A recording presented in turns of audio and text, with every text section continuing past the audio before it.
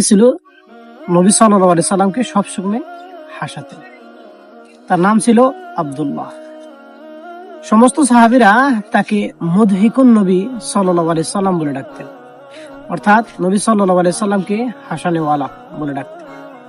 একদিন মদিনার বাজারে এক মধু বিক্রেতা তার মধু নিয়ে আসছিল।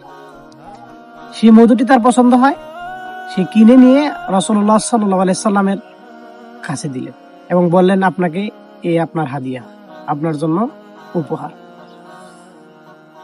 অতঃপর যখন তার বিনিময় দেওয়ার সময় হলো, তখন সেই ব্যক্তি এসে বলল যে আপনি বিনিময় দিন।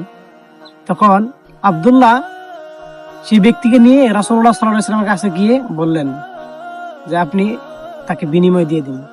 তখন রাসূলুল্লাহ সাল্লাল্লাহু আলাইহি ওয়াসাল্লাম মুস্কি হাসলেন এবং বললেন, তুমি না আমাকে হাদিয়া দিয়েছো? অতঃপর রাসূলুল্লাহ সাল্লাল্লাহু আলাইহি ওয়াসাল্লাম তাকে হাদিয়া দিয়ে দিলেন।